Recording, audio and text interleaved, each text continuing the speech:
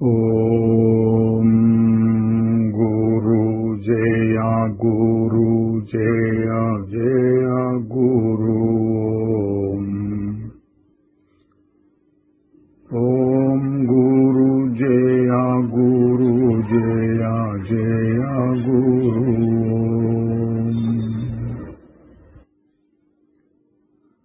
ఓం గురు జయ గురు జయ జయ గురు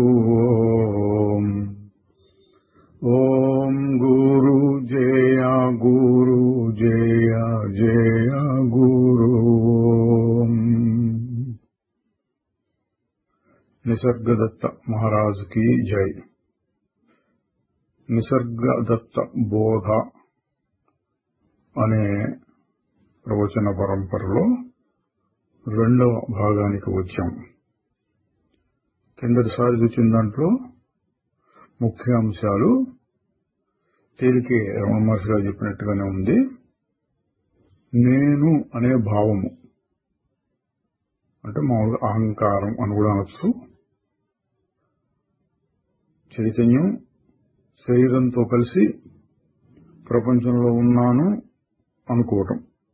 చైతన్యం, శరీరం, ప్రపంచం మూడు కలిసి నేను అనే భావం, అహంభావం లేక అహంకారం అవుతుంది. అది శుద్ధమైన ఆత్మ కాదు, కానీ అది ఒక సూచనగా పనిచేస్తుంది. అక్కడ మొదలుపెట్టి ఈ అహంభావం ఏమిటి, ఎక్కడి నుంచి పుడుతుంది అని వెతికితే అది విచారణ అవుతుంది. ఊరికే దానట్లా చూస్తూ ఉన్నా సరే ఇతరమైనటువంటి భావాలన్నీ పోయి అది మాత్రమే నిలబడి ఉంటే క్రమంగా అది కూడా కరిగిపోయి శుద్ధమైన ఆత్మ ప్రకాశిస్తుంది. ఆ శుద్ధమైన ఆత్మ చెప్పడానికి వీల్లేదు, ఎట్లా ఉంటుంది ఏంటి చెప్పడానికి వీల్లేదు. చెప్పగలిగిందంతా ఈ అహంభావం దగ్గర మొదలుపెట్టి తెలియబడేది ఏది నువ్వు కాదు. నేను అనగానే ఏమేమి తోస్తుందో దాన్నంతా నిషేధించాలి, నిరాకరించాలి. ఇదే పనిగా అంటే మనం చెప్పుకున్నాం ఏకపరత్వం అని, అదే పనిగా కూర్చున్నా, నిలబడ్డా, తింటున్నా, పడుకున్నా, ఏ పని చేస్తున్నా ఆ అహంభావాన్ని దృష్టిలో పెట్టుకుని దాని మీద ఇంకా ఇంకా కలుస్తూ వచ్చినటువంటి వాటన్నిటినీ నిషేధిస్తూ దాన్ని ఒక్కదాన్ని నిలబెట్టుకుంటూ ఉంటే చివరికి అది ఆత్మ అవుతుంది. నిషేధించడం అంటే ఏంటి? ఉదాహరణకి నేను కూర్చున్నాను అంటే కూర్చున్నాను దాన్ని నిషేధించాలి. పడుకున్నాను నిషేధించాలి. తింటున్నాను దాన్ని నిషేధించాలి.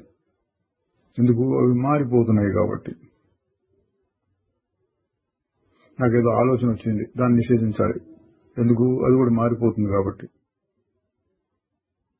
నాకేదో ఇతర భావాలు వచ్చినాయి, కోపము, భయము, ఈర్ష్య, ద్వేషం, ఇటువంటివి, అవి కూడా మారిపోతాయి. వాటిని పక్కన పెట్టాలి. ఇదే పనిలో ఉంటే అది అభ్యాసము అన్నారు. నా గురువు గారు నాకు ఈ మాట చెప్పారు, నువ్వు కానిదేది నువ్వు కాదు అని. అప్పటి నుంచి నేను ఇదే ధ్యాసలో ఉన్నాను. 3 సంవత్సరాలు అయ్యేటప్పటికి నాకు మంచి అనుభవం కలిగింది అని చెప్పుకొచ్చారు. ఓం నిసర్గదత్త మహారాజుకు జై. ఇప్పుడు ఈ వారం బోధలోకి వస్తున్నాము. 3వ బోధ జీవిస్తున్న వర్తమానం.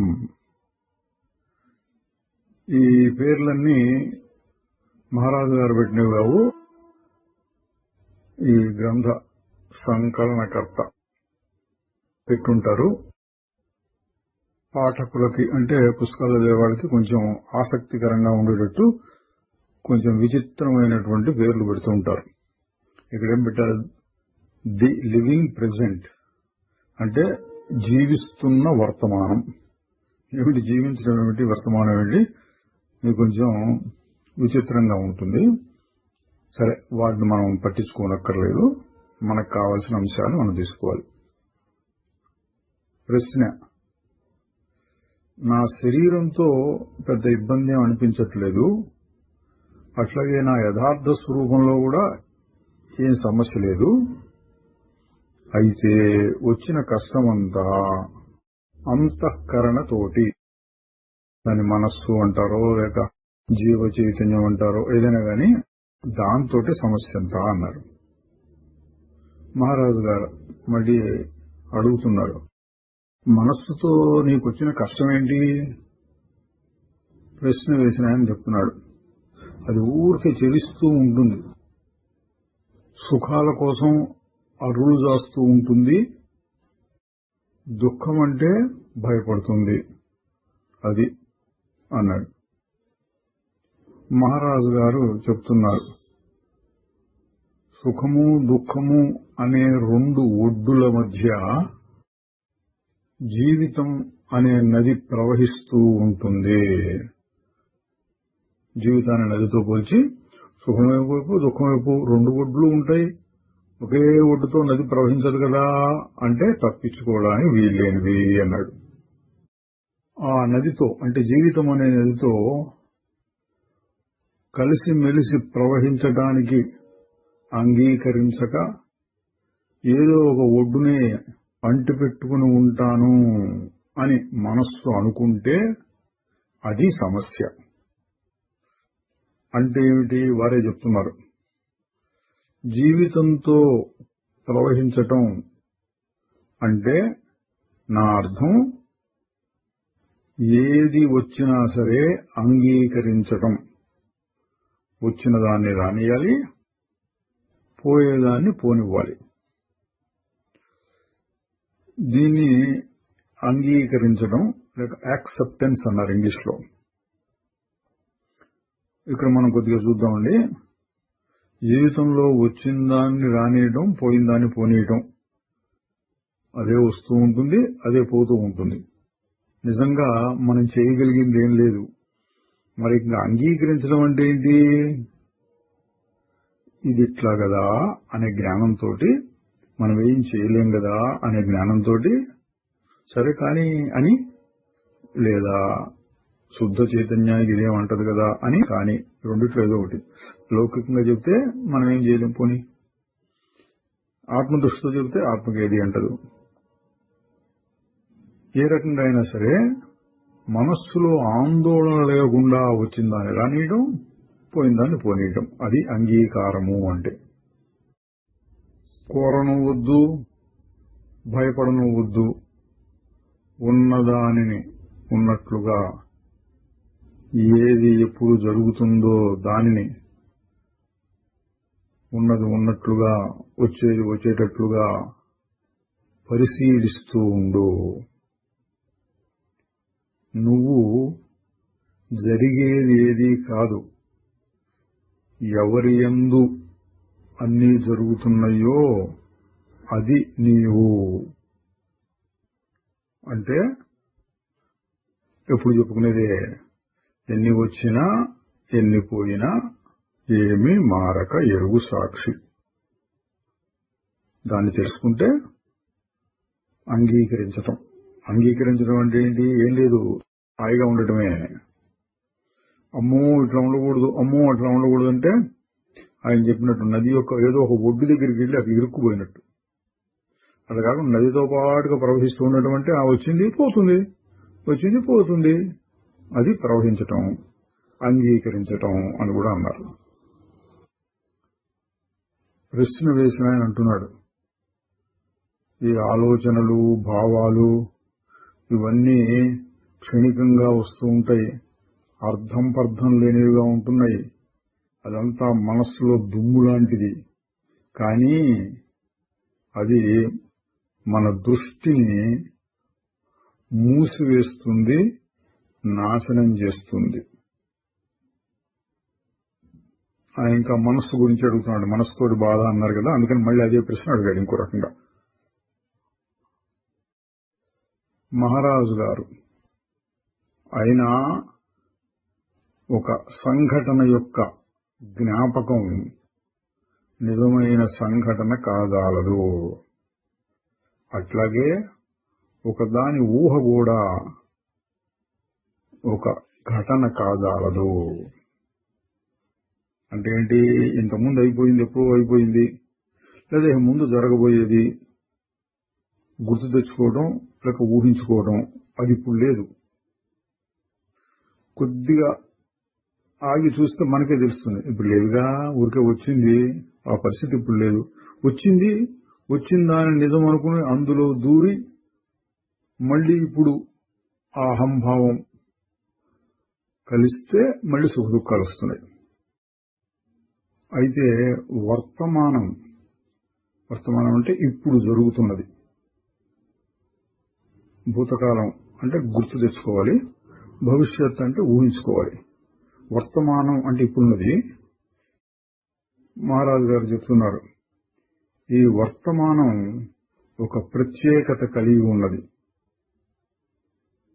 అందులో ఒక జీవం పుట్టిపడుతూ ఉంటుంది. యథార్థత ఉన్నట్లు అనిపిస్తుంది. అందులో సత్యత్వం భాషిస్తుంది. భూతం భవిష్యత్తులకు అది ఉండదు. అంటే ఏంటంటే ప్రస్తుతం జరుగుతున్నది ఇప్పుడు ఎదుకుండా జరుగుతున్నది కదా, అంటే ఇంద్రియాలు పనిచేస్తున్నాయి, మనసు పనిచేస్తోంది, ఇప్పుడే ఉన్నది అన్నట్టుగా జరుగుతోంది. ఇది కొంత యథార్థత ఇందులో ఉన్నది అంటున్నారు. ఎందుకట్లా అనేది మహారాజు గారే చెప్తున్నారు. అట్లా ఎందుకు జరుగుతుందంటే నా సాన్నిధ్యం వలన, నేను ఉండటం వలన. ఇక్కడ నేను అంటే శుద్ధ చైతన్యం అనొచ్చు, లేక అహంభావం అని కూడా అనొచ్చు. నేను సత్యం, ఎందుకంటే నేను ఎప్పుడూ వర్తమానమే. చూడండి, భూతము భవిష్యత్తు అనేవి ఎక్కడొస్తాయి? మార్పులో. మారిపోతే అయిపోయింది, ఆ భూతకాలం అయిపోయింది, ఇంకా రాలేదు, తర్వాత ఎప్పుడు వస్తుంది, అది భవిష్యత్తు అవుతుంది. ఎప్పుడు ఉండేదానికి మార్పు లేకుండా ఎప్పుడు ఉంటే అందులో భూతం ఏమిటి, భవిష్యత్తు ఏంటి, వర్తమానం ఏంటి, ఎప్పుడు ఒకటే ఉందిగా. ఇదండి మహారాజు గారు చెప్పేది. ఇట్లా అడిగేవాళ్ళు చాలా సూక్ష్మమైన అడుగుంటారు. మహారాజు గారు కూడా వారికి తగినట్లుగా చెప్తున్నారు. ఇక్కడ సాధకులందరూ గమనించవలసిన విషయం ఉందండి. ఒకటి, సాధారణంగా వేదాంతంలో చెప్పే బోధ ఏంటంటే ఆత్మ 3 కాలముల యందు మారకుండా ఉంటుంది. భూత భవిష్యత్ వర్తమాన కాలంలో ఒకే రకంగా ఉండేది అది ఆత్మ లేక పరమాత్మ. అది నిర్వచనం. దాన్ని పట్టుకుని మనం నేను మారని స్వరూపం, నిన్న అట్లా ఉన్నాను, ఇవాళ అట్లాగా ఉన్నాను, రేపు కూడా అట్లాగే ఉంటాను అంటూ ఉంటాం. ఇది సాధారణంగా చెప్పే బోధ. ఇక అతీతమైన బోధ వస్తుంది. ఈ సందర్భంలో నిసర్గదత్త గారు చెప్పారు. ఏంటి?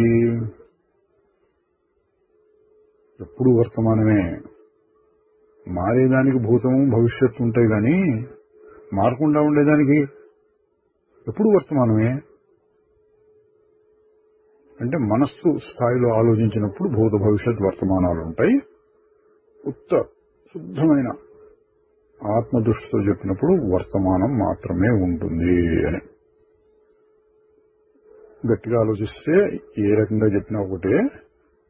అడిగే వాళ్ళని బట్టి, ఆ సందర్భాన్ని బట్టి సమాధానాలు చెప్తూ ఉంటారు. అందుకని నేను కంగారు పడకుండా సారాంశం, నేను మారటం లేదు. ఈ శాస్త్ర పరిభాష వివరణలు వీటిని పట్టించుకోకుండా నేను మారటం లేదు, ఇదొక్కటి గుర్తుపెట్టుకుంటే చాలు. నేనుండబట్టి నా యథార్థమే ఇప్పుడు జరిగే పనులలో ఉన్నట్లు కనపడుతున్నది. అది నేను ఉన్నాను కాబట్టి ఇప్పుడు వచ్చేటువంటిది నాతో కలిసి అది కూడా ఇప్పుడు ఉన్నది అని అనుభూతి కలుగుతున్నది అన్నారు. ప్రశ్న అడిగిన ఆయన మళ్ళీ మొదలుకొచ్చాడు. సరే, నేను మొదట వేసిన ప్రశ్ననే మళ్ళీ అడుగుతాను. మనస్సు ఉన్నది, అది ఎప్పుడూ మారుతూ ఉంటుంది. కోరికలు భయాలతోనే అది తయారవుతూ ఉంటుంది. అవి ఎప్పుడూ మనకి బాధనే కలిగిస్తాయి. అందుకని ఇప్పుడు ప్రశ్న ఏమంటే, సంతోషంగా ఉండగలిగిన మనస్సు ఉంటుందా? మహారాజు గారు, కోరిక అనేది ఇంతకు ముందు అనుభవించిన సుఖం యొక్క జ్ఞాపకం వల్ల కలుగుతోంది. భయం అనేది ఇంతకు ముందు అనుభవించిన బాధ యొక్క జ్ఞాపకం వల్ల వస్తోంది. ఆ రెండు కూడా మనస్సుని చెలింపజేస్తూ ఉంటాయి. మరి ఇక మనస్సు సంతోషంగా ఎట్లా ఉంటుంది అన్నారు. ప్రశ్నించిన ఆయన మళ్ళీ అడిగాడు, బాధ అనేది విశ్వమంతటా నిండి ఉన్నదా, లేక కేవలం మానసికమైనటువంటిదా? మహారాజు గారు, ఈ విశ్వం పరిపూర్ణమైనది. పరిపూర్ణత ఉన్న చోట బాధ ఉండదు. మనస్సులోని బాధ కలగడానికి కారణమేమంటే, మనస్సు సహజంగా విభాగాలు చేసి చూస్తూ ఉంటుంది. కొన్నిటిని అంగీకరించటం, కొన్నిటిని ప్రతిఘటించటం. అట్లా కాకుండా అన్నిటినీ కలుపుకునేది అంటే ఏకత్వం. అనేకత్వం కాకుండా ఏకత్వం. అన్నిటిలోనూ వ్యతిరేకత లేకుండా చూసేది ఆయన మనస్సు ఉంటుందా? ప్రశ్న వేసిన ఆయన, అదే మరొక మనస్సు అంటే, దానికోసం ఎక్కడ చూడాలి? మహారాజు గారు, ప్రస్తుతం పరిమితులకు లోబడి భేదాన్ని చూస్తూ ప్రతిఘటిస్తూ ఉండేటటువంటి మనస్సును దాటి వెళ్ళాలి. ఆ మనస్సు యొక్క పనులను ఆపితే అప్పుడు ఆ కొత్త మనస్సు పుట్టుకొస్తుంది. మళ్ళీ ఆయన ప్రశ్న, ఆ మనస్సులో సుఖము దుఃఖము అనేవి ఇంకా ఉండవా?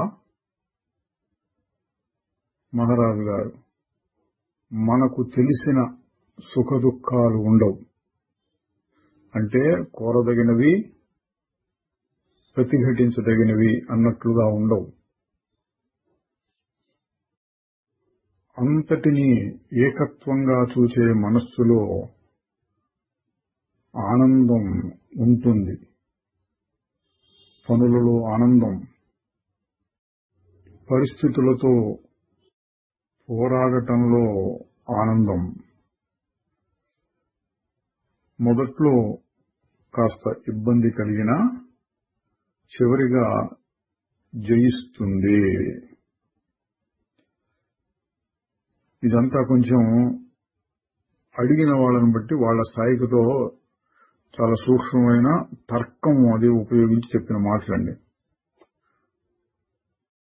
ఇప్పుడు మనం చదివిన దాన్నంతా తేలిక మాటలో చెప్పుకోవాలంటే, మనస్సు వల్లనే సుఖ దుఃఖాలన్నీ వస్తున్నాయి. మరి ఏం చేయాలి అంటే, అంగీకరించాలి. ఏది వచ్చినా సరే వస్తోంది పోతోంది, వస్తోంది పోతోంది అంటే సాక్షిభావంలో నిలబడాలి. సాక్షిభావంగా నిలబడ్డప్పుడు మరి మనస్సు ఉంటుందంటే పాత మనస్సు ఉండదు, ఒక కొత్త మనస్సు వస్తుంది. అంటే పనులు జరుగుతూ ఉంటాయి, ఆ పనుల్లో ఒక్కోసారి కింద పట్టం మీద పట్టం ప్రతిఘటనలు కూడా ఉండొచ్చు, కోరికలు కూడా ఉండొచ్చు. కానీ అంతటినీ కలిపి చూస్తూ ఉంటుంది. అన్ని భూతముల యందు తనను, తన యందు అన్ని భూతములను అని మనకు చాలా చోట్ల వస్తుంది. ఉపనిషత్తుల్లో, భగవద్గీతలో, యోగ వాసిష్టంలో, ఇట్లాంటి వాటిల్లో.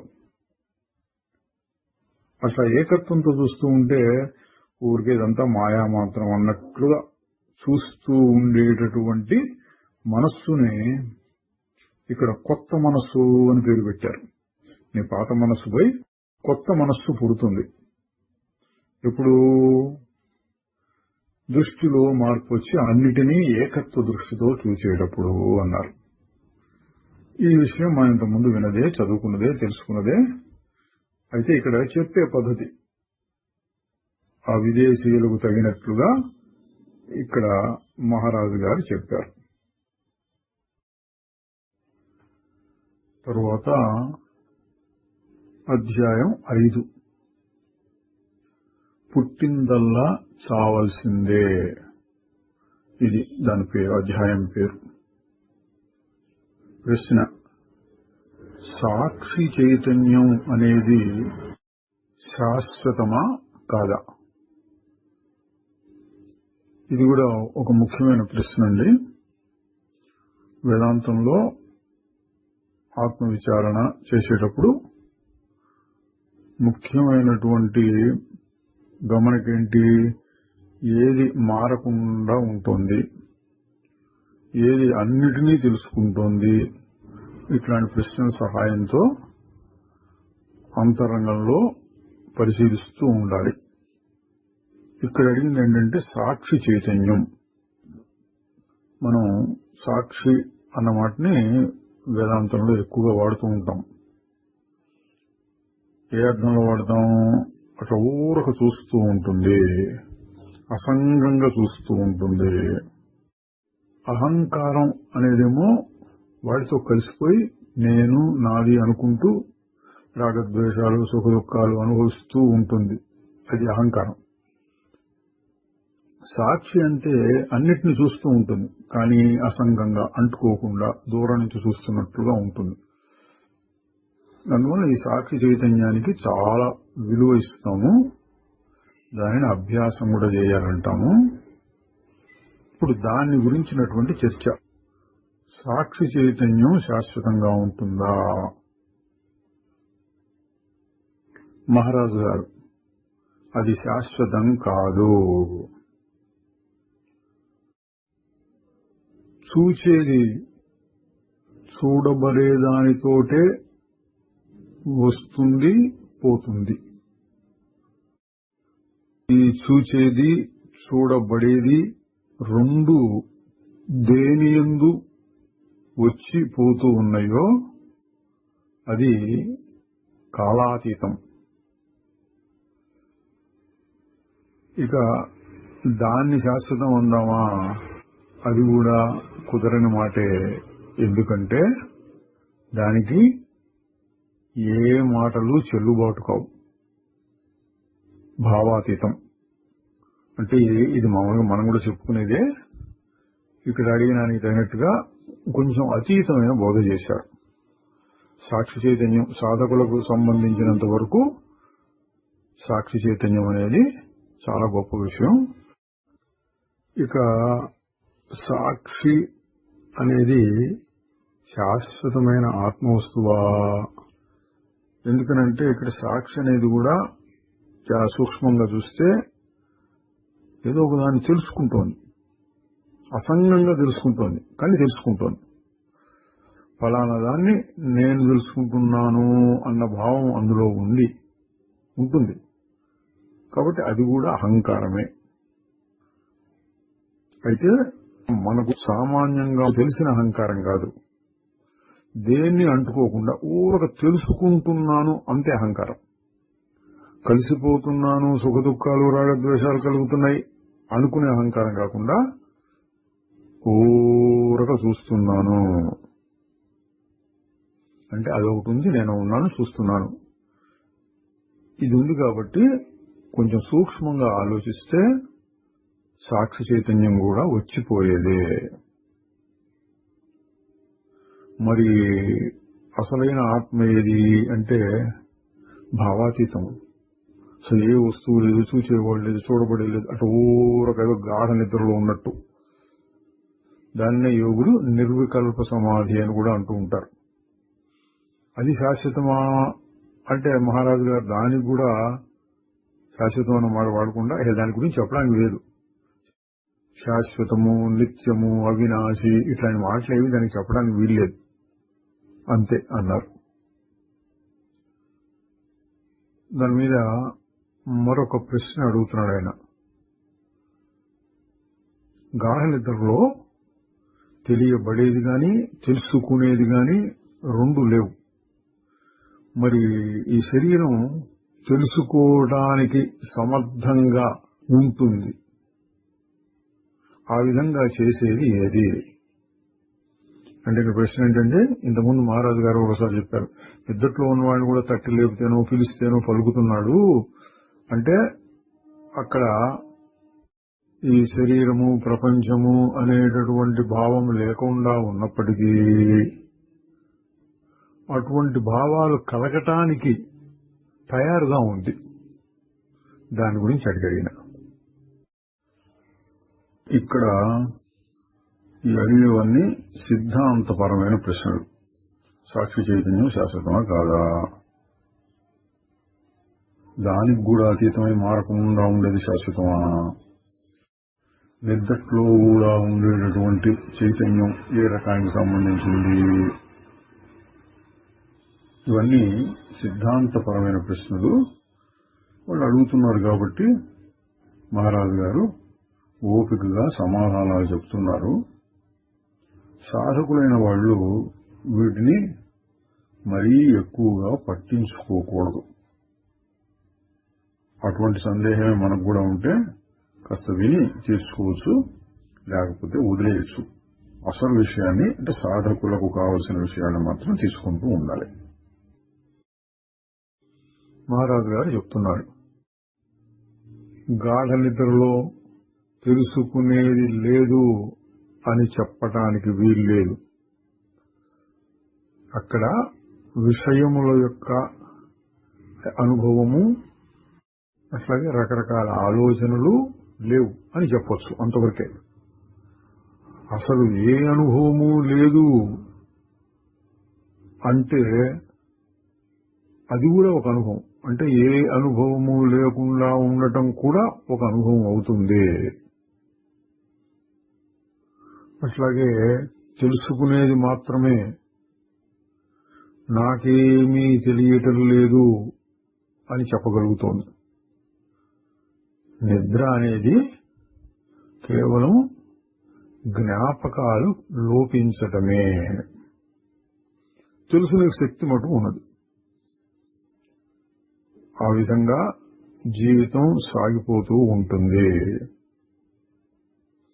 అంటే తెలుసుకునే శక్తి ఉంది, అవసరమైతే మళ్ళీ వచ్చి ఈ శరీరం మీద పడుతుంది.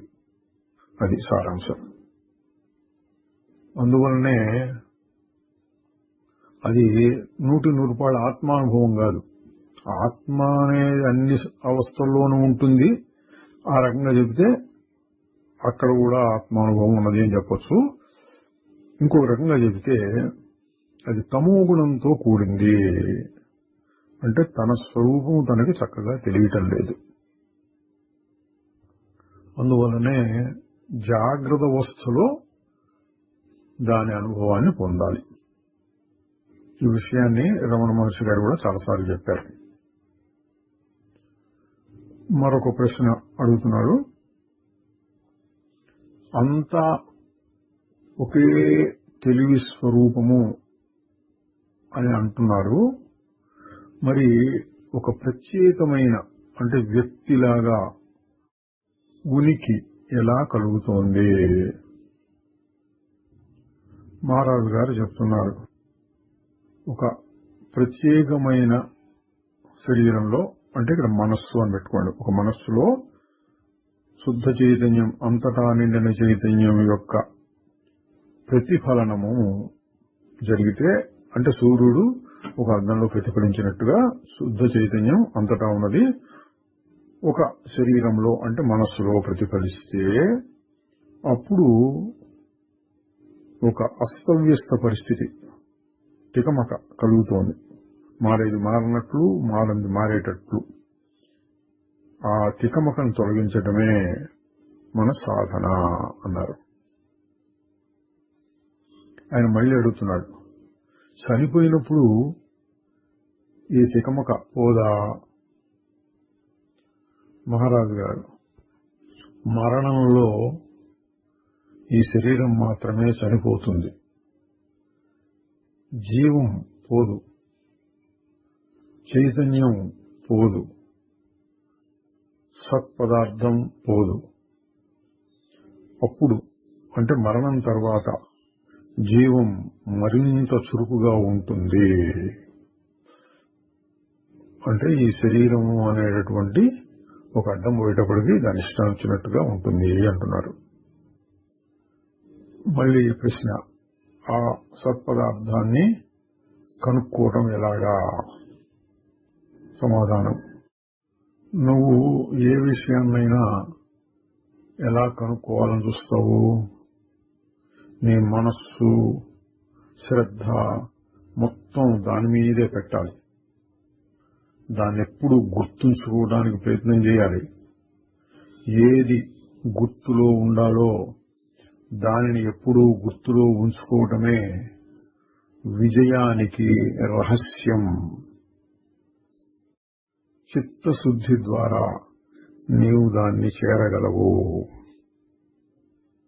దీన్నే మనం ఏకపరత్వం అని చెప్పుకున్నాం. యోగ వాసిష్టంలో వచ్చింది. అదే మనం ఆత్మారామంలో కూడా చర్చించాం.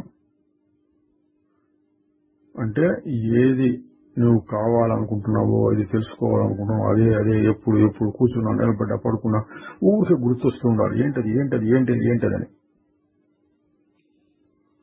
నీ మనోబుద్ధులన్నీ దాని మీదే లగ్నం అయి ఉండాలి. ఇతర పనులు ఏమైనా ఉంటే అప్పుడు చేయటం, మళ్ళీ వెంటనే ఈ ఆలోచన, ఏంటి నేను ఎవరని. ఆ విధంగా చేస్తుంటే నీకు విజయం కలుగుతుంది అన్నారు. ఇది నిసర్గదత్త గారు అనుభవాన్ని పొందిన పద్ధతి అండి. ఇంతకుముందు చూశాం కదా, మా గురువు గారు నాకు నువ్వెవరో అది మారదు, దాని మీదనే దృష్టి పెట్టుకుండు అని ఉపదేశించారు. అదే రంధిలో ఉన్నాను నేను. 3 సంవత్సరాల్లో నాకు అనుభవం కలిగింది అన్నారు. అదే ఉపదేశం ఇక్కడ కూడా ఇచ్చారు. ఏం చేసినా అదే అదే అదే దాన్నే రెండో పని లేకుండా ఒక పిచ్చిలాగా అదే పిచ్చిలో ఉంటే అప్పుడు అది బయటపడుతుంది. మళ్ళీ అంటున్నాడు, అటువంటి పట్టుదల, నిజాయితీ గొప్ప లక్షణాలు, కానీ అయ్యో నాకు అవే లేవే అన్నారు మహారాజు గారు. నువ్వు ముందుకు సాగుతూ ఉంటే అన్నీ అవే వస్తాయి. మొట్టమొదటి అడుగు వెయ్యి, లోనుండి నీకు ఆశీర్వాదం వస్తుంది. లోనికి తిరుగు. నేనున్నాను అన్న భావం నీకు తెలుసు. నీవు వెచ్చించగలిగినంత సమయం దానితోటే ఉండు. ఎప్పుడంటే అప్పుడు ప్రయత్నంగా దాని వైపు తిరగగలిగే స్థితి వచ్చే వరకు ప్రయత్నం చేస్తూ ఉండు. అంతకంటే తేలికైన మార్గం లేదు. ఇక్కడ భగవద్గీతలోని శ్లోకం చాలాసార్లు చెప్పుకున్నది, మనం గుర్తు చేసుకుందాం. స్వల్పమప్యస్య ధర్మస్య త్రాయతే మహతో భయాత్. ఈ ధర్మాన్ని స్వల్పంగా ఆచరించినా మహాభయం నుండి రక్షిస్తుంది. నిసర్గదత్త గారు కూడా అదే చెప్పారు. నువ్వు మొదలుపెట్టు, ఎంత కుదిరితే అంత మొదలుపెట్టు. లోపల నుండి నీకు ఆశీర్వాదం, దాన్ని మనం అనుగ్రహం అంటుంటాం, ఆ అనుగ్రహం వస్తుంది. రమణ మహర్షి గారు కూడా దీని గురించి చాలాసార్లు చెప్పారండి. నువ్వు చేతనైనంత చేస్తూ ఉంటే అనుగ్రహం వల్ల ఇంకా ఇంకా అది పెరుగుతుంది. ఏమి చేయకుండా అనుగ్రహం రావాలి అనొద్దు. నువ్వు చేయగలిగింది చేస్తూ ఉండు. గురుడు అంతటా ఉంటాడు, మన అంతరంగంలో కూడా ఉంటాడు, మనని తగిన విధంగా నడిపిస్తూ ఉంటాడు. బాహ్య పరిస్థితులు కూడా దానికి తగినట్లు అన్ని సర్దుకుంటాయి. అందువలన భయపడకుండా, బాధపడకుండా, సిగ్గుపడకుండా ఎంత చేయగలిగితే అంత చేస్తూ ఉండాలి అని మహాత్ములందరూ చెబుతున్నారు. భగవద్గీత చూశాము, మహర్షి గారు చూశాం, ఈ మహారాజు గారు కూడా బోధ విన్నాం. అదే రకంగా చెప్తుంది. ఎంత కుదిరితే అంత చేయండి, నిరుత్సాహపడక్కర్లేదు. ఇక్కడ ఇంకొక విషయం కూడా ఇంతకుముందు చెప్పుకున్నదే మరొకసారి ముఖ్యమైనది. ఎంతవరకు ఇట్లా నిరంతరంగా అదొక పిచ్చి పట్టినట్టు ఏకపరత్వంతో కుదిరినంత ఎంతవరకు ఇట్లా చేస్తూ ఉండాలంటే, అది కూడా అప్రయత్నంగా జరిగే వరకు. అంటే ఏంటి? అంతకు ముందు పడినటువంటి ప్రాపంచిక సంస్కారాలను అనుసరించి ఎన్నెన్నో సంకల్పాలు తోసుకొస్తూ ఉంటాయి. అదేవిధంగా నేనెవరు అన్న ప్రశ్న, నేనది అనేటువంటి ఒక జవాబు అనుభవంలో దానంతరది మధ్య మధ్యలో తోసుకొస్తూ ఉండాలి. అంటే అది కూడా ఒక సంస్కారం, జ్ఞాన సంస్కారం, జ్ఞాన వాసనగా మారాలి. అప్పటి వరకు నువ్వు ప్రయత్నం చేస్తూ ఉంటే తర్వాత అది అప్రయత్నంగా సాగుతూ ఉంటుంది. తరువాత 6వ అధ్యాయం ధ్యానము అని పేరు పెట్టారు. ప్రశ్న: మహాత్ములందరూ ధ్యానం చేయి అని చెప్తూ ఉంటారు. ధ్యానం యొక్క ఉద్దేశ్యం ఏమిటి? నిసర్గదత్త గారు చెబుతున్నారు. బాహ్య ప్రపంచంలో ఉన్న అనుభూతులు, కర్మలు అన్నిటినీ మనం తెలుసుకోగలుగుతున్నాం. కానీ మన అంతరంగంలోని ఆలోచనలు, భావాలు, అనుభవాలు చాలా స్వల్పంగా మాత్రమే మనం తెలుసుకోగలుగుతున్నాం. ధ్యానం యొక్క ముఖ్యమైన ఉద్దేశ్యం ఏమిటంటే మన అంతరంగ జీవనాన్ని తెలుసుకోవటము, దాంతో పరిచయం పెంచుకోవటము. దీని అంతిమ లక్ష్యం ఆ జీవం యొక్క తెలివి యొక్క మూలాన్ని చేరుకోవటం. అదండి. మనకి ధ్యానం అనే పేరుతో వందలు వేల రకాల పద్ధతులు ఉన్నాయి లోకంలో. అన్నిటి కలిపి ఒక మాటలో చెప్పమంటే మహారాజు గారు చెప్తున్నారు, ధ్యానం యొక్క ఉపయోగం ఏంటంటే మన అంతరంగ జీవనం మనకి తెలుస్తుంది. బయట ఈ విషయం ఆ విషయం ఎట్లా తెలుసుకుంటున్నామో అటు లోపల ఇప్పుడు ఈ ఆలోచన వచ్చింది, ఇప్పుడు దీని మీద కోరిక వచ్చింది, ఇప్పుడు దీని మీద కోపం వచ్చింది, ఇట్లా చెప్తూ ఉంటాం. అంతకుముందు అవన్నీ మనం అంత ఆలోచించకుండానే, వాటిని పట్టించుకోకుండానే వస్తున్నాయి, పోతున్నాయి, మన మీద ప్రభావం చూపిస్తూ ఉన్నాయి. ధ్యానం చేయటం మొదలు పెడితే అవన్నీ తెలియబడటం మొదలు పెడతాయి. ధ్యానం యొక్క ఉద్దేశ్యం అది. అట్లా కొనసాగిస్తుంటే ఏం జరుగుతుంది? తెలియబడి ఇంకా ఎక్కడికి వెళ్తాం? వాటన్నిటికీ ఆధారమైనటువంటి మూలమైనటువంటి శుద్ధ చైతన్యం దగ్గరికి వెళ్ళగలుగుతాము. అది అంతిమ లక్ష్యం. మనలో ఉండే చెడును, బలహీనతలని మనం కనుక్కోగలుగుతాము. వాటి మూల కారణాన్ని, అవి పనిచేసే విధానాన్ని బాగా అర్థం చేసుకోగలుగుతాము. ఆ విధంగా మరింతగా మన అంతరంగ జీవనాన్ని తెలుసుకోవటం వలన వాటిని దాటగలుగుతాము. అంతకుముందు మనకు తెలియకుండా ఉన్నటువంటి మనస్సు తెలియబడసాగినప్పుడు తేలికగా దాన్ని ఎదుర్కోగలుగుతాము.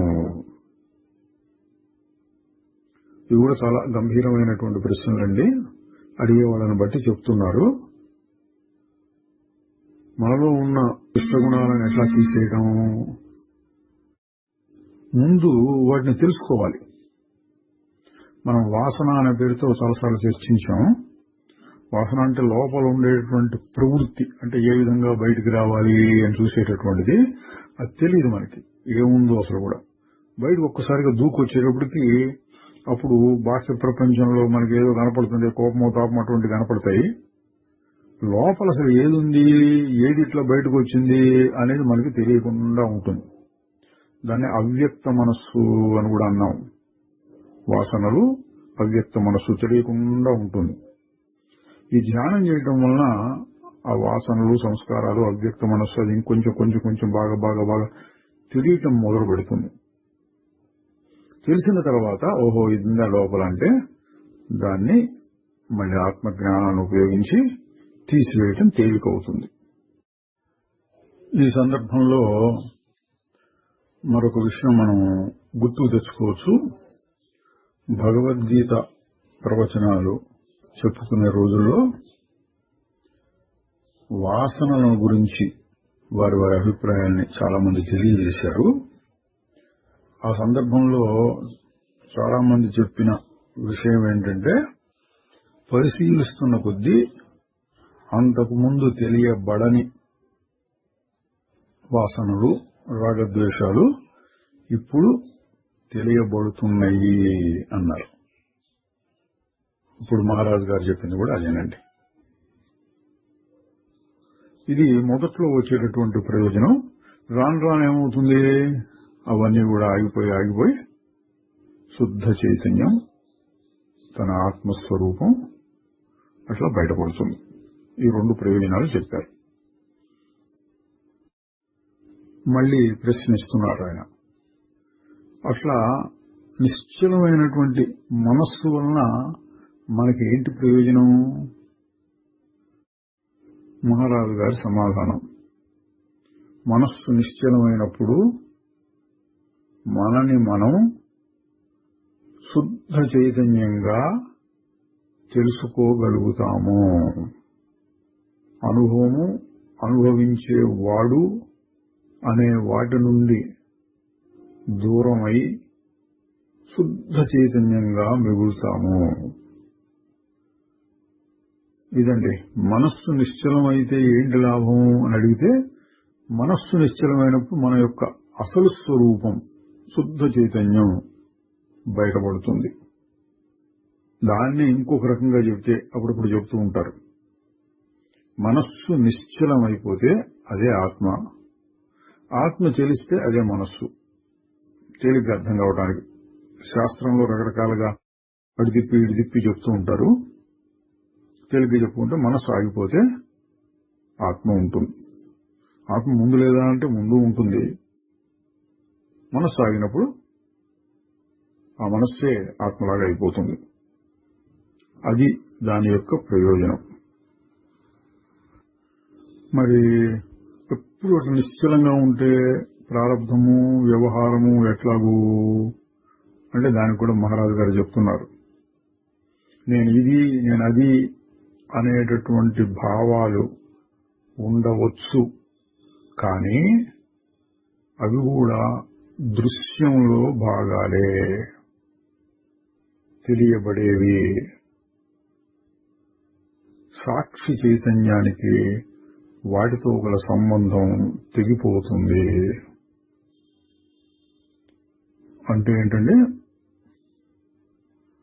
వాటితో సంబంధం తెగిపోతుంది అంటే నేను అనే భావం అక్కడ ఉండదు.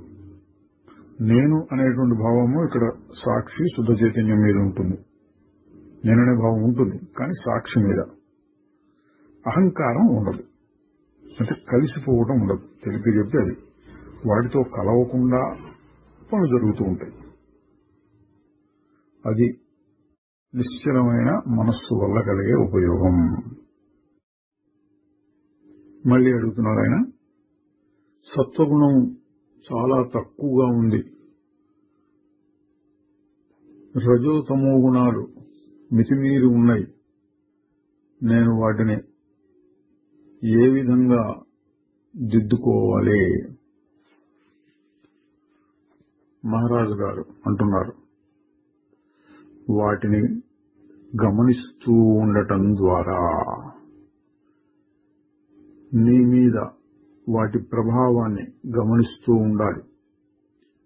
అవి పనిచేసేటప్పుడు నీ యొక్క ఆలోచనల్లో, మాటల్లో, పనుల్లో అవి ఎట్లా పనిచేస్తున్నాయో తెలుసుకుంటూ ఉండాలి. అప్పుడు నీ మీద వాటి ప్రభావం తగ్గుతూ వస్తుంది, సత్వగుణం బయటపడుతుంది.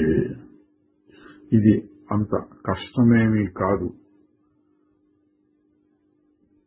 చిత్తశుద్ధి, పట్టుదల మాత్రమే దానికి కావలసింది. ఇదండి జ్ఞానయోగం అంటే. తెలుసుకోవడం తెలుసుకోవడం తెలుసుకోవడం. ఇక్కడ ఏం తెలుసుకోమన్నారు? శుద్ధమైన ఆత్మను తెలుసుకోవాలి, అది చెప్తుంటాం అనుకోండి. ఎప్పుడు అది తెలుసుకోవాలంటే, ఇది శుద్ధమైన ఆత్మను తెలుసుకోవాలి అంటే సత్వగుణం కావాలి కదా. నా ఇప్పుడు రజోగుణం తమోగుణం ఎక్కువగా ఉన్నాయి నాకు అని అడిగితే, సరే వాటినే గమనిస్తూ ఉండు. ఎప్పుడెప్పుడు ఎట్లా బయటకు వస్తున్నాయి, ఏ విధంగా మాట్లాడుతున్నావు, ఏ విధంగా పనిచేస్తున్నావు, ఏ విధంగా నిన్ను ప్రేరేపిస్తున్నాయి, అన్ని గమనిస్తూ ఉంటే వాటి ప్రభావం తగ్గుతూ వస్తుంది అన్నారు. అంటే ఇది కూడా జ్ఞానం. తెలుసుకోవడం తెలుసుకోవడం తెలుసుకోవడం. క్రమంగా సత్వగుణం పెరుగుతుంది. సత్వగుణం ద్వారా శుద్ధమైన ఆత్మను పరిశీలించే శక్తి వస్తుంది. ఇది నేను అన్న భావంతో మొదలుపెట్టి ఇంకా లోపలికి వెళ్లి ఆ భావం కూడా లేకుండా పూర్తి నిశ్చలమైపోవటం అంటే మంచి సత్వగుణం కావాలి. అందుకని దానికంటే ముందు ఈ రజోతమో గుణాలు తగ్గాలి. అంటే ఇక్కడ మొదలుపెట్టినటువంటి అంశం ధ్యానము అన్నారు కదండి. ధ్యానం చేస్తూ ఉంటే రకరకాల స్థాయిల్లో మొదలుపెట్టిన వారు ఒక రకంగా, మధ్య రకం వారు, బాగా పరిపూర్ణత కలిగిన వారు ఎన్నో రకాలుగా ఉంటారు. లోని అంటే అంతరంగంలోని జీవనాన్ని తెలుసుకో అని మొదలు చెప్పారు. అదే ఇక్కడ చెప్పింది కూడా. తమో గుణం, రజోగుణం వీటిని పరిశీలిస్తూ ఉంటే సత్వగుణం పెరిగితే అప్పుడు నేను భావం బాగా బయటపడుతుంది. దాన్ని గమనించడం కుదురుతుంది. ఆ పైన నిశ్చల స్థితి కూడా కలుగుతుంది. ఎప్పుడూ చేస్తూ ఉండు, ఎప్పుడు అధ్యాస. ఇది కదలకుండా కూర్చొని కళ్ళు మూసుకొని చేస్తూ ఉండు అని చెప్పట్లా. ఏ పని చేస్తూ ఉన్నా సరే ఇదిట్లా ఇదేమిటి అని గమనించుకుంటూ చేస్తుంటే రజోతమో గుణాలు తగ్గుతాయి. కాస్త సత్వగుణం పెరిగిన తర్వాత ఒకేసారి నేను అన్న భావం, దాని మీద ధ్యానం చేయి. తగిన సమయంలో దాన్ని కూడా తెలుసుకునేది అంటే ఇక నిశ్చయం. తర్వాత అధ్యాయం 7 మనస్సు అని పేరు పెట్టారు. దీనికి ప్రశ్నిస్తున్నారు ఒక ఆయన, మీరు ప్రపంచానికి ఉనికిని నిరాకరిస్తున్నారా? ఇక్కడ ప్రపంచాన్ని గురించి చెప్పేటప్పుడు రకరకాల వాదాలు ఉన్నాయండి. అసలు లేనే లేదు, పుట్టనే లేదు అంటుంది, అజాతివాదం అంటారు. ఉన్నది కానీ ఊరికే తోస్తుంది, నిజం కాదు అని.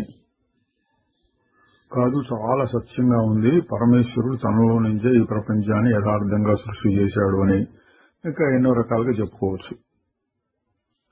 అద్వైతంలో ప్రపంచాన్ని కాదు అంటారు రకరకాల అర్థాల్లో. ఇప్పుడు దానికి సంబంధించిన ప్రశ్న వచ్చింది. మహారాజు గారి సమాధానం, నేను ప్రపంచాన్ని కాదనడం లేదు. అది చైతన్యంలోనే అగుపిస్తున్నట్లుగా నేను భావిస్తాను. ఆ చైతన్యం అనంతమైనటువంటిది. ఇప్పుడు తెలియబడుతున్న అన్నిటినీ తనలో ఇమిడ్చుకున్నటువంటిది. దాని శక్తి ఇంత అని చెప్పడానికి వీలుగానిది. ఏది అంతకుముందు లేక తోస్తుందో, తర్వాత కనపడకుండా పోతుందో అది కేవలం ఒక దృశ్యం మాత్రమే. అందువలన ఈ ప్రపంచం కనపడుతోంది అని చెప్పవచ్చు, కానీ ఉన్నది అని చెప్పడానికి లేదు. వేదాంతంలో ఎప్పుడు చెప్పే మాట అండి ఇది. ఉన్నది అంటే ఎప్పుడూ ఉండాలి. ప్రపంచం అట్లా లేదు కాబట్టి ఇది లేనిదే. మరి ఏది ఉన్నది? ఏదో ఒక చైతన్యంలో ఇదంతా కనిపిస్తూ ఉన్నది, అది ఉన్నది. మళ్ళీ ప్రశ్నిస్తున్నారు, కానీ మీరు కూడా ఈ ప్రపంచం మీ చుట్టూ ఉన్నదాన్ని చూస్తూనే ఉన్నారు. ఇతరులకు మళ్ళీనే మీరు చాలా సాధారణంగానే ప్రవర్తిస్తున్నారు అన్నాడు. ఆ శుద్ధ చైతన్యం ఉంది, ఇది లేనే లేదు అని చెప్తే మీ ప్రవర్తనలో ఏదో ఒక మార్పు రావాలి కదా అన్నట్టుగా. మహారాజు గారి సమాధానం, ఆ విధంగా నీకు అనిపిస్తున్నది అంటే ఈ ప్రపంచంలో ఉంటూ నలుగురులాగానే అన్నిటిని అనుభవిస్తున్నాను అని నా సంగతి నీకు అనిపిస్తున్నది. నీ మొత్తం అనుభవాలు, నీ చైతన్యంలో కలిగేవన్నీ నా దృష్టిలో అత్యల్ప భాగం మాత్రమే. అదని గమనించండి. జ్ఞాని దృష్టి, అజ్ఞాని దృష్టి ఎట్లా ఉంటుందో చెబుతున్నారు. ఈ ప్రపంచమే నిజం, ఇది మాత్రమే, ఇదంతా కలిపి నేను తెలుసుకుంటున్నాను, దీనితోటే నా ఉనికి ఉన్నది, నాతోటి దీని ఉనికి ఉన్నది, అవినాభావ సంబంధం, ఇట్లా ఆలోచిస్తూ ఉంటాడు. జ్ఞాని దృష్టి ఎట్లా ఉంది చెప్పారు. నీకు ఏదైతే ఈ ప్రపంచం మొత్తం అంతా నీ అనుభవంలో కనపడుతోందో అదంతా నాకు ఒక చిన్న అణువు మాత్రమే. అంతకంటే గొప్పది నాకు కనపడుతోంది. అంటే రెండు కనపడుతున్నాయి. అందరిలాగా నేను ఉన్నట్లు అనిపించవచ్చు, కానీ దీనికి విలువ తక్కువ. అంటే దీన్ని ఎక్కువ పట్టించుకోను, అసంగంగా ఉంటాను. దాని విలువ ఎక్కువ, దాంట్లోనే నేను ఎప్పుడు మనస్సును పెట్టి హాయిగా ఉంటాను అన్న అర్థం తీసుకోవాలి. ఇంకా చెప్తున్నారు, ఈ ప్రపంచం ఉంటుంది కానీ ఒక క్షణం మాత్రమే. ప్రపంచం ఒకే విధంగా సాగిపోతోంది అనుకోవటం నీ జ్ఞాపకాల వలన. ఆ జ్ఞాపకాలు కొనసాగుతున్నాయి, నువ్వు వాటిని అనుసరించి బ్రతుకుతున్నావు. నేను జ్ఞాపకాల మీద ఆధారపడను. ఈ ప్రపంచమంతా క్షణికం మాత్రమే, చైతన్యంలో ఒక క్షణం అగుపిస్తోంది అన్నట్లుగా చూస్తూ ఉంటాను. ఇక్కడ జ్ఞాపకాలు అన్న మాట వాడారండి. ప్రపంచం నిజం అనుకోవడానికి కారణం ఏంటి అంటే, మొన్న అట్లయింది కదా, నిన్న ఎట్లయింది కదా, 10 రోజులు అట్లయింది, 10 ఏళ్ల క్రితం ఎట్లయింది, అవన్నీ గుర్తు తెచ్చుకొని ఈ ప్రపంచం ఇట్లా ఇట్లా ఇట్లా ఉంటుంది, అప్పటి నుంచి ఇప్పుడు దాకా ఉంటుంది అని అనుకుంటున్నాం. దేనివల్ల? జ్ఞాపకాల వలన అన్నారు. ఆ జ్ఞాపకాలు ఎక్కడున్నాయి? ఎక్కడి నుంచో వస్తున్నాయి పోతున్నాయి. అవి కూడా శుద్ధ చైతన్యంలో నుంచే జ్ఞాపకాలు కూడా వస్తున్నాయి పోతున్నాయి. కానీ అవి మాత్రమే నిజం అనుకుని వాటికి ఎక్కువ విలువ పిలిచి ఈ ప్రపంచం మొత్తం అప్పటి నుంచి ఇప్పటి దాకా ఉంది, ఇక ముందు కూడా ఉంటుంది అనే సత్యత్వాన్ని ఇస్తున్నారు అందరూ. మహారాజు గారు ఏమని చెప్తున్నారు? ఆ జ్ఞాపకాల మీద ఆధారపడి నేను బతకటం లేదు. ఏ క్షణానికి ఆ క్షణం ఏదో వస్తుంది, జరుగుతుంది, పోతుంది. అప్పుడెప్పుడుదో గుర్తొస్తే ఉన్నది అనే భావంతో చూడను. గుర్తు రావచ్చు, ఇది కూడా ఒక భావం వస్తుంది పోతుంది. అదేదో జ్ఞాపకంలో ఉంది కాబట్టి అది నిజం అనుకోను. ఏదో జ్ఞాపకం వచ్చింది, అది కూడా వచ్చి పోయింది అంతే. ఇది జ్ఞాని దృష్టి. దాన్ని మహారాజు గారికి వివరించారు. మళ్ళీ ప్రశ్న, మీరుండే స్థితిని మీరు వర్ణించగలరా? మహారాజు గారు నిషేధపూర్వకంగా, అంటే ఇట్లా కాదు కాదు కాదు, ఇది కాదు అది కాదు అనే చెప్పగలం గాని ఇది ఇట్లా అని వేలెత్తి చూపించలేం. ఎట్లా? అది నిష్కారణము, అంటే ఏ కారణం లేకుండా పుడుతోంది. ఇది శుద్ధ చైతన్యం, దానికి ఒక కారణం ఉండదు. వీటన్నిటికీ అది కారణం అవుతుంది కానీ దానికి కారణం లేదు. కారణం లేనిది, దేని మీద ఆధారపడనిది, దేనితోనూ సంగము లేనిది, విభాగములు లేనిది, చెల్లించడానికి వీల్లేనిది, ప్రశ్నించడానికి వీల్లేనిది, ప్రయత్నం చేస్తే పొందడానికి వీల్లేనిది. ఇట్లా అది కాదు ఇది కాదు ఇది కాదని చెప్పడమే గాని ఇది ఇట్లా అని చెప్పడం కుదరదు. అది నా స్థితి అంటున్నారు. మహారాజు గారు ఇంకా చెబుతున్నారు, ఇది ఇట్లా అని దేన్నైనా నిర్ధారించి చెప్పాలంటే జ్ఞాపకాలు కావాల్సి వస్తుంది. ఎందుకు? మనం భాష పడాలి కాబట్టి. అందుచేత అవి ఏవి దాన్ని వర్ణించడానికి తగి ఉండవు. ఇది జ్ఞాపకాల నుంచి వచ్చిన భాష. అయినా నా స్థితి అన్నిటికంటే ఎక్కువగా సత్యమైనది, అంటే నిలకడగా ఉంటుంది. అందువలన అది మనకి అందుబాటులో ఉండేదే, అనుభవానికి వచ్చేదే, పట్టుకోగలిగినదే. ఇదండి ఇక్కడ సూక్ష్మంగా చెప్పే పాయింట్. దానిని వర్ణించడానికి ఇది ఇట్లా అని చెప్పడానికి కుదరదు. అవాంగ్ మానస గోచరము, వాక్కుకి మనస్సుకు అందనది అని నిర్వచనం చెప్తారు. కానీ అనుభవైక వేద్యము, నేను అనుభవించవచ్చు, మీరు అనుభవించవచ్చు, కానీ చెప్పడానికి వీల్లేదు. అదెట్లా అని కొత్త వాళ్ళకి ఆశ్చర్యం కలగచ్చు. దానికి మన సమాధానం ఏంటంటే, మన అనుభవంలోనే అటువంటిది ఒకటి ఉంటుంది, గాఢ నిద్ర. ఆత్మానుభవం కాకపోయినా 100% అటువంటిది, అంటే మనస్సు లేని స్థితి, దాదాపుగా లేని స్థితి. దాని గురించి వర్ణించమంటే ఏం వర్ణిస్తారు? అది ఏం లేదండి హాయిగానే ఉంది, అంతకంటే ఎక్కువ ఎవరు వర్ణించలేరు.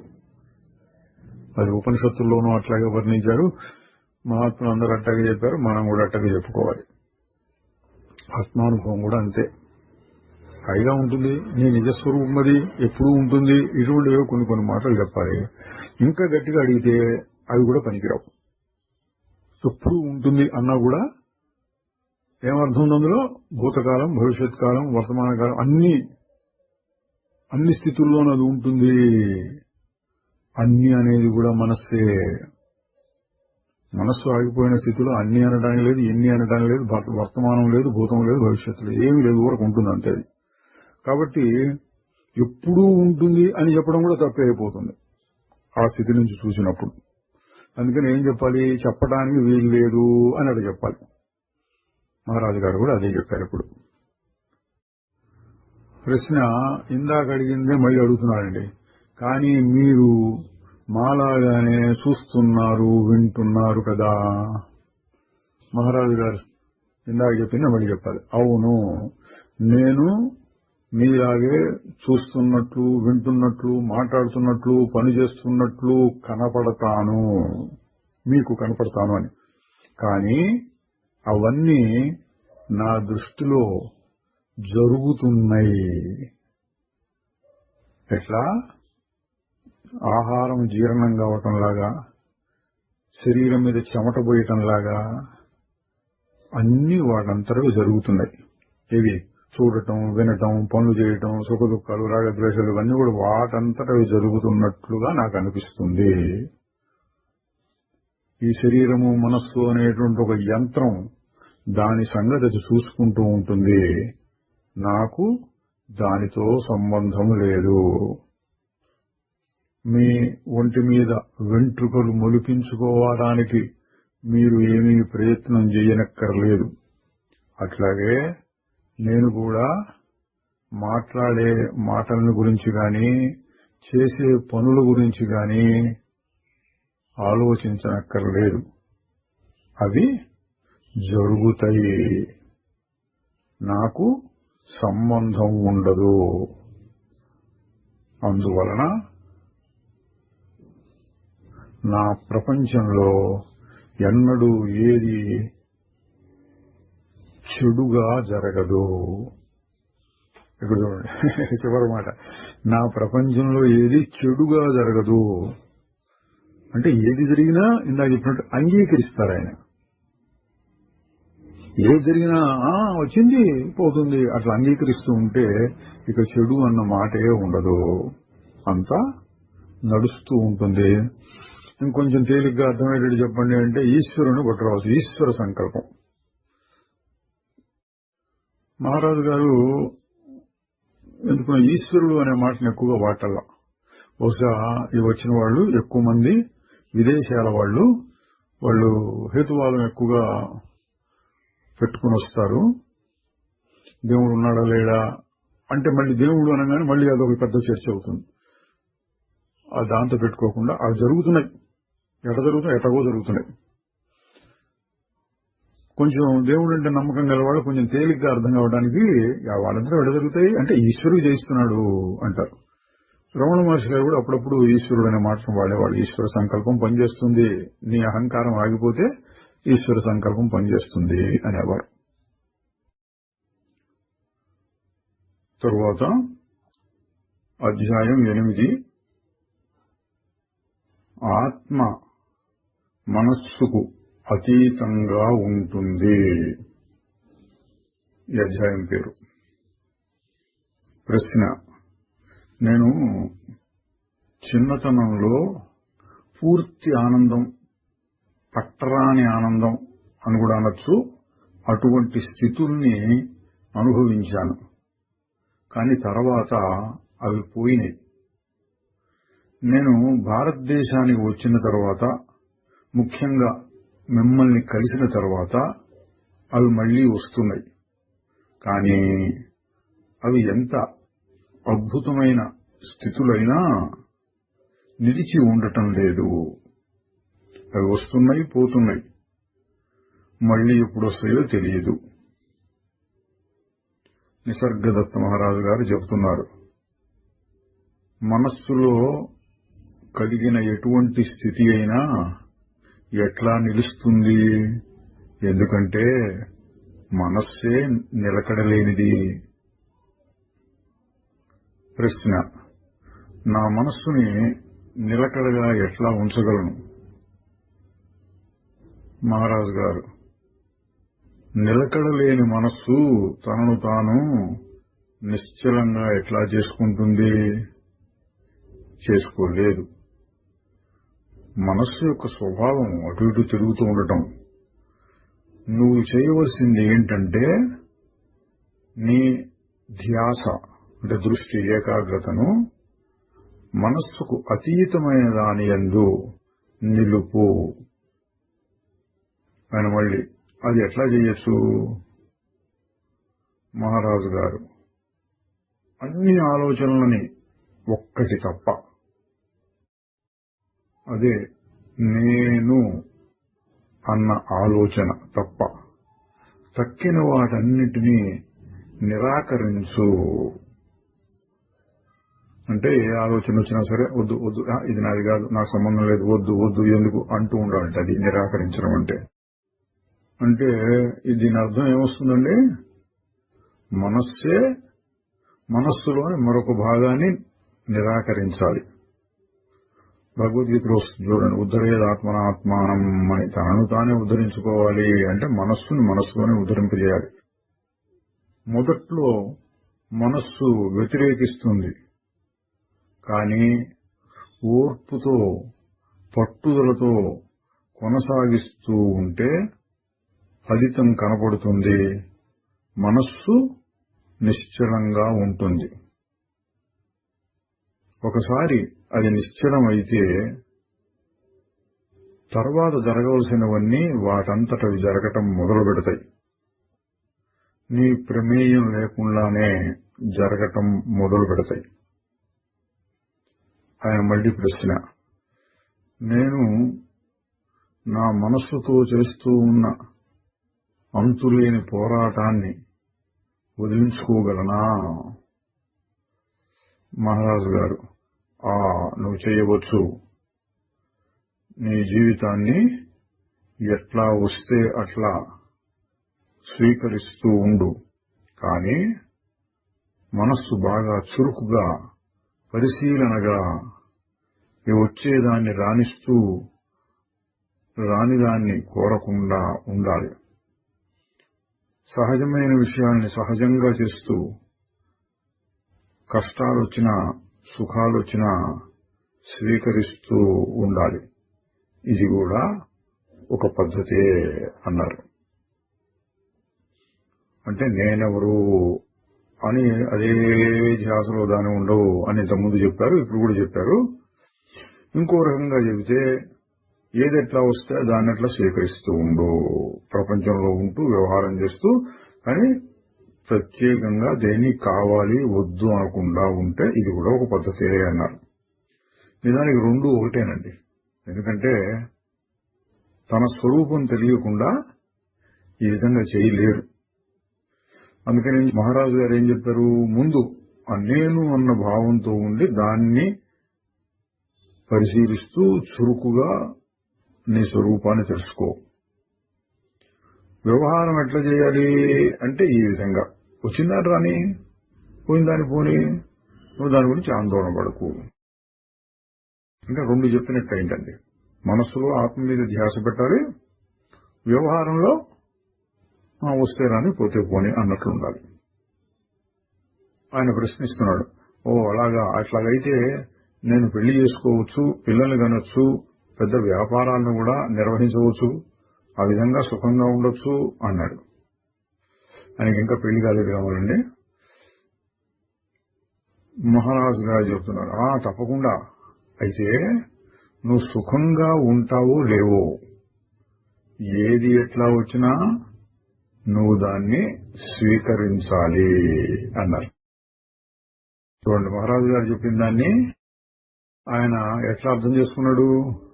ఏది ఎట్లా వస్తుంది దాని రాని, నువ్వు మటుకు ఏం పట్టించుకోకుండా ఉంటే హాయిగా ఉంటావు అని చెప్తే మహారాజు గారు సహజంగా ఏది ఎట్లా వస్తే రాని అంటున్నారు కదా, అయితే నేను పెళ్లి చేసుకోవడం, పిల్లల్ని కంటం, వ్యాపారాలు మొదలైనవి చేస్తూ ఉండటం చేయొచ్చునా అని అడుగుతున్నాడు. అంటే మహారాజు గారు చెప్పిన దాంట్లో ఒక భాగాన్ని గట్టిగా పట్టుకున్నాడు. సుఖం వచ్చినా దుఃఖం వచ్చినా చెలించకుండా స్వీకరించాలి, ఇది అసలైన మాట. దాన్ని వదిలేసి నేను పెళ్లి చేసుకోవచ్చు, పిల్లల్ని కనొచ్చు, వ్యాపారాలు చేయొచ్చు కదా అంటున్నాడు. మహారాజు గారు ఏం చెప్పారు, చెయ్యొచ్చు, కానీ సుఖం వస్తుందో రాదో చెప్పలేము. వాటి వలన సుఖం వచ్చినా దుఃఖం వచ్చినా నువ్వు సమదృష్టితో చూసేటట్లు ఉండాలి. అది ముఖ్యం. ఏం చేసావన్నది ముఖ్యంగా. అంటే దీని అర్థం ఏమొస్తుందండి, నువ్వు కావాలని ఇది చేస్తానని కాదు, వాటంతట వచ్చిందో అని స్వీకరిస్తూ ఉండాలి. ఇది విన్న మీదట అంటే మహారాజు ఏం చెప్పారు, సుఖం వస్తుందో రాదో నీ ఇష్టం ఏమైనా చెయ్యి అన్న దాని మీద, కానీ నాకు సుఖమే కావాలి అన్నాడు మహారాజు గారు. నిజమైన సుఖము వచ్చిపోతూ ఉండే, మారిపోతూ ఉండే వస్తువుల ద్వారా రాదు. సుఖము దుఃఖము నిర్దాక్షిణ్యంగా మారుతూ ఉంటాయి. మనకు తెలిసిందే, సుఖం కాసేపు దుఃఖం అవుతుంది, దుఃఖం కాసేపు సుఖం అవుతుంది. మార్పు అనేది ఆపలేని విషయం, నిర్దాక్షిణ్యంగా వస్తుంటాయిట. సుఖదుఖాలు. నిజమైన సుఖం ఆత్మ నుండి వస్తుంది. అది ఆత్మలో మాత్రమే ఉంటుంది.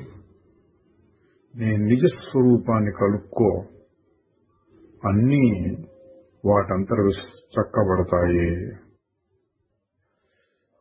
ఇది విని మళ్ళీ ఆయన తన పద్ధతిలోనే ప్రశ్న చేస్తున్నాడు.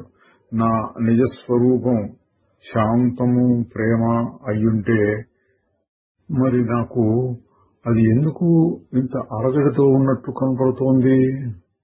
ఇది ఆత్మే అలజడిగా ఉంది అన్న అర్థంలో అడుగుతున్నాడు ఆయన ప్రశ్న. మహారాజు గారు, నీ నిజస్వరూపం అలజడితో ఉండదు. అలజడి చెందేది మనస్సులో పడిన ప్రతిబింబం. ఆత్మ యొక్క ప్రతిబింబం మనస్సులో పడితే మనస్సు చెలించినప్పుడు అది చెలించినట్టు అనిపిస్తుంది. మనస్సు యొక్క చాంచల్యం వలన నీవు చెలించినట్లు అనుకుంటున్నావు. ఈ చలనాలు, అలజడులు, సుఖము దుఃఖము ఇవన్నీ కూడా మనస్సులోని భావములే. ఆత్మ మనస్సుకు అతీతంగా ఉంటుంది, అన్నిటినీ గ్రహిస్తూ ఉంటుంది. కానీ దేనితోనూ అంటుకోకుండా, పట్టించుకోకుండా అని ఎప్పుడు చెప్పినట్లే ఆత్మస్వరూపం గురించి చెప్పారు, అసంగ స్వరూపం అని. ఆయన మళ్ళీ ప్రశ్నిస్తున్నాడు, దాన్ని చేరటం ఎలాగా? మహారాజు గారు, నువ్వు ఆత్మవే, ఇక్కడే ఇప్పుడే. అంటే చేరాల్సిన పని లేదు, ఇక్కడే ఇప్పుడే ఆత్మవి. మనస్సును పక్కకు పెట్టేయి. నువ్వు ఊరక పట్టించుకోనటువంటి తెలివిగా ఉండు. ఆ విధంగా చురుకుగాను పట్టించుకోకుండాను, అంటే అసంగము సత్వగుణ సంబంధమైన చురుకుతనం రెండు ఉండాలి. సత్వగుణ సంబంధం అంటే అన్ని తెలుస్తూ ఉండాలి, కానీ దేన్ని పట్టించుకోకూడదు. వచ్చే వాటిని రాణిస్తూ పోయేవాటిని పోనిస్తూ చూస్తూ ఉంటే అది నీ ఆత్మ యొక్క స్వభావాల్లో ఒకటి అన్నారు.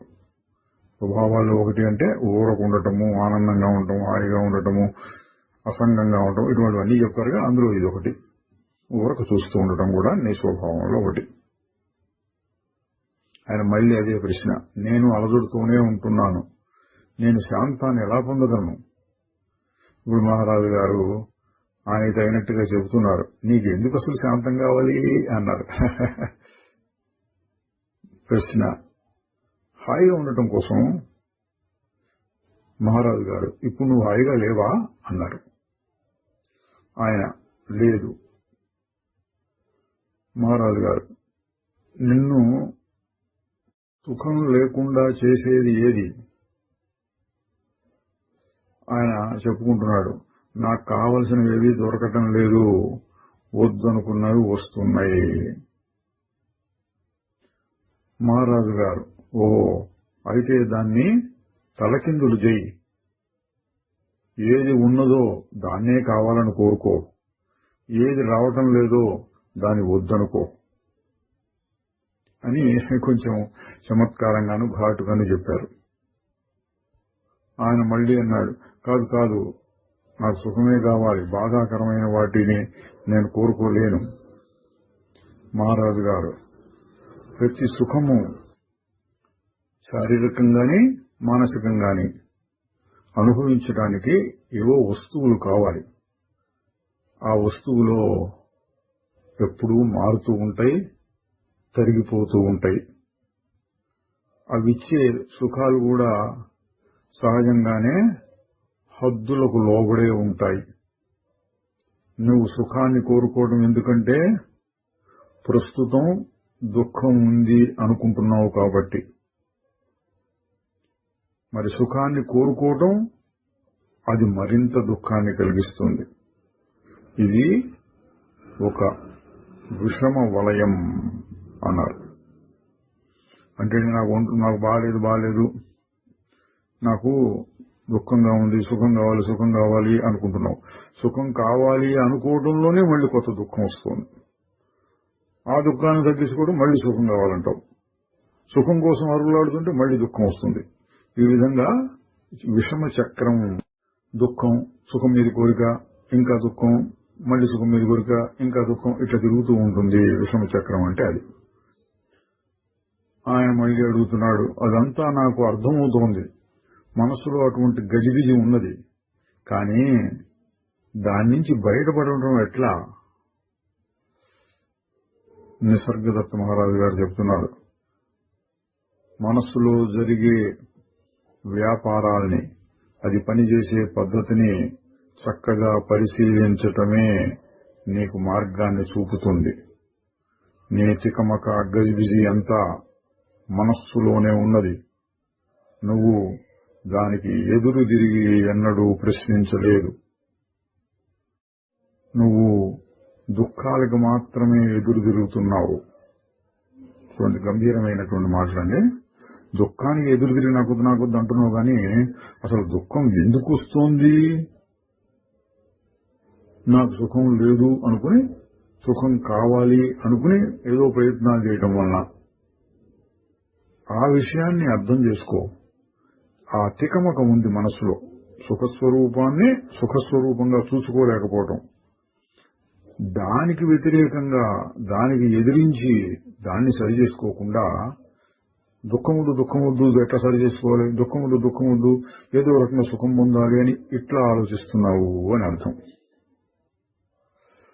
అందువల్ల మళ్ళీ ఇందాక చెప్తున్నారు, చురుకుతనంతో ఉండు, ప్రశ్నించు, గమనించు, పరిశోధించు.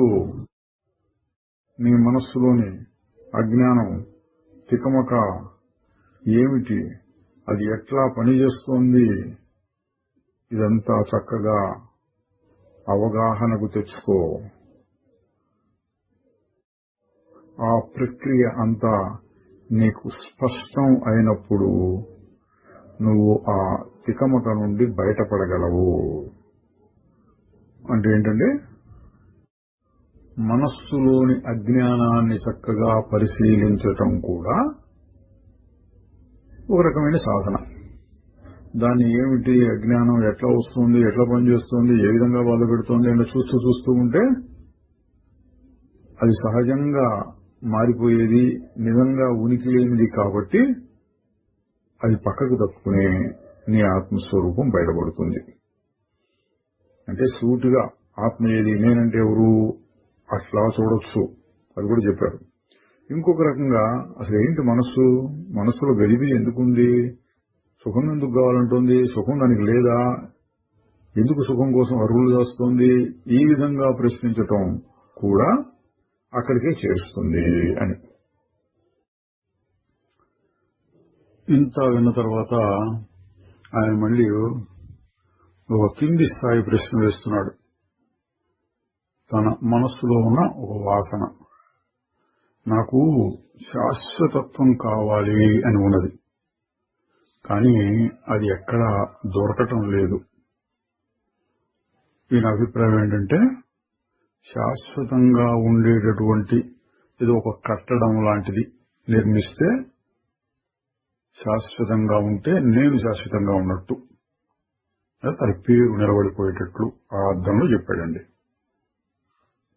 మన దేశంలో కూడా చాలా మంది చెప్తూ ఉంటారు, నా పేరు మీద ఒక గుడి కట్టించాలి, అదే ఒక పెద్ద గుడిలో నా పేరు మీద అన్నదాన పథకం మొదలు పెట్టాలి, ఒక రోడ్డు బ్రిడ్జో ఇట్లాంటివి ఇస్తే నా పేరు మీద ఉంటే బాగుంటుంది. ఇటువంటివి చేస్తూ ఉంటారు లోకంలో. అక్కడ శిలా పలకాలు చెక్కించుకుని వాళ్ళ పేరు దాని మీద ఉండిపోయేటట్టు, అది చిరస్థాయిగా ఉంటుంది అని అదొక తృప్తి పడతారు బతుకున్నంతకాలం. పోయిన తర్వాత ఏమవుతుందో వాళ్ళకి తెలియదు. ఇప్పుడు ఈ ప్రశ్న అడిగిన ఆయన కూడా ఆ రకమైనటువంటి ఉద్దేశ్యం తనకున్నది అని బయటపెట్టాడు. మహారాజు గారు ఏమంటున్నారంటే, నీ అంతట నువ్వు శాశ్వతం కాదా అన్నారు. అంటే ఆత్మదృష్టితో చెప్పిన మాట అండి. ఆయన ఈ స్థాయికి రాకుండా కింది లెవెల్లోనే మాట్లాడుతున్నారు. మళ్ళీ చెప్తున్నాడు, నేను పుట్టాను, చావబోతున్నాను. మహారాజు గారు, నీవు పుట్టక ముందు లేకుండా ఉన్నావని, అట్లాగే చనిపోయిన తర్వాత లేకుండా పోతానని నువ్వు ఖచ్చితంగా చెప్పగలవా? ఒకవేళ చెప్తే నీ అనుభవం నుంచి చెప్పినట్లా లేక ఊహించి చెప్పినట్టా? చూడండి మహారాజు గారి తర్కం ఎంత పదునుగా ఉందో చూడండి. పుట్టకముందు నేను లేను, ఎడ తెలుసు నీకు అంటున్నారు. నువ్వే లేకపోతే ఉన్నావా లేవో ఎడ తెలుస్తుంది? అట్లాగే చనిపోయిన తర్వాత ఏమవుతుందో నువ్వు చూసి వచ్చావా? ఇప్పుడు ముందే చూసి వచ్చి చనిపోయిన తర్వాత నేను ఉండను అని చెప్తావా? పుట్టక ముందు నేను లేను, చనిపోయిన తర్వాత నేను ఉండను అని చెప్పడానికి కూడా ఒక సాక్షి ఉండాలి కదా. ఇట్లా ప్రశ్న వేశారండి, ఎదురు ప్రశ్న వేశారు అబ్బాయికి. ఇంకా ఏమన్నారంటే, నేను ఉన్నాను అని మాత్రమే నువ్వు చెప్పగలవు, నీవు లేవు అని ఇతరులు కూడా ఎవరూ చెప్పలేరు. ఆయన తన పద్ధతిలోనే ఎదురు ప్రశ్న వేస్తున్నారు. కానీ నేను నిద్రలో ఉండను కదా అన్నారు. మహారాజు గారు అంటున్నారు, నీవు ఇటువంటి ప్రకటనలు చేసే ముందు నీ జాగ్రత్త అవస్థని జాగ్రత్తగా పరిశీలించు. నీకేం తెలుస్తుందంటే, ఈ జాగ్రత్త అవస్థ గురించి కూడా నీకు సంపూర్ణంగా తెలియదు. మనస్సులో మధ్య మధ్య ఏమీ తెలియని శూన్యం లాంటి ఖాళీ స్థితులు కలుగుతూ ఉంటాయి. మెలకువలో ఉన్నప్పుడే ఎన్నెన్నో విషయాలు నీవు గుర్తులో ఉంచుకోలేవు. ఇది కూడా ఒక గొప్ప పరిశీలన తర్కం. పొద్దున్న లేచిన దగ్గర నుంచి, పొద్దున్న 6 నిద్ర లేచాను అనుకోండి, మళ్ళీ రాత్రి 10 పడుకోబోయే వరకు ఏదో 16 గంటలు మెలకువ స్థితిలో ఉన్నాం. ప్రతి క్షణం గుర్తుంటుందా మనకి ఏం జరిగిందో? రాత్రి పడుకోబోయేటప్పుడు వాళ్ళు ఏం జరిగింది అని చూస్తే ఈ 16 గంటల సమయంలోనూ ఏం జరిగింది అని ప్రతి క్షణం గుర్తుంటుందా? ఏవో ముఖ్యమైన కొన్ని గుర్తుంటాయి. పొద్దున్న కూర్చొని ఉండగా ఒక ఏగి వచ్చి వాలింది, పోయింది, గుర్తుంటుందా? అట్లాగే ఏమి తెలియకుండా ఆగిపోయింది మనసు కాసేపు. ఏది ఏ సాధన చేయకుండానే దానంతా ఆగింది మనసు. ఏదో స్థితిలో అవుతుంటాయి. అట్లా నిద్రమత్తు వచ్చినప్పుడు, లేక ఏం తోసగునో, లేక అలసిపోయో అట్లా అవుతుంది. అటువంటి స్థితిల్లో ఏం జరిగింది అనేది మనకి తర్వాత గుర్తుండదు. మహారాజు గారు అటువంటి పరిస్థితిని గురించి చాలా లోతుగా పరిశీలించి చెప్తున్నారు. జాగ్రత్త అవస్థలో కూడా నువ్వు ఎన్నో విషయాలని గుర్తులో ఉంచుకోలేకపోతున్నావు. అదేవిధంగా నువ్వు పుట్టకముందు ఏమైంది, చనిపోయిన తర్వాత ఏమైంది అనేది నీకు గుర్తులో లేదు అంతే. అంటే నువ్వు ఉంటావు, కానీ ఎట్లా ఉన్నావు ఏమిటి అది నీకు గుర్తులో ఉండదు అంతే అన్నారు. ఇంకా ఏమన్నారంటే, జ్ఞాపకాలలో కాస్త అంతరాయం వచ్చేంత మాత్రం చేత చైతన్యం లేకుండా పోయినట్లు కాదు. ఆయన ఇదంతా పట్టించుకోకుండా మళ్లీ ప్రశ్న, అయినా సరే నేను శాశ్వతంగా ఉండాలి అనుకుంటాను, ఆ సమస్య ఎట్లా తీరుతుంది? మహారాజు గారు, శాశ్వతత్వం అనేది ఒక మానసిక భావం మాత్రమే. అది సమయం అంటే కాలం అనే భావం తర్వాత వచ్చేటటువంటిది. అంటే భూతకాలం, భవిష్యత్ కాలం, వర్తమాన కాలం వస్తూ ఉన్నాయి, పోతున్నాయి అనుకున్న తర్వాత నేను ఇక ముందు కూడా ఉండాలి అని వస్తుంది. ముందు కాలం అనే భావం వచ్చి తర్వాత శాశ్వతం. ఆ కాలం జ్ఞాపకాల మీద ఆధారపడుతుంది. పొద్దున, ఇప్పుడు, సాయంత్రం, నిన్న, ఇవాళ, రేపు అట్లా జ్ఞాపకాల మీద ఆధారపడుతుంది.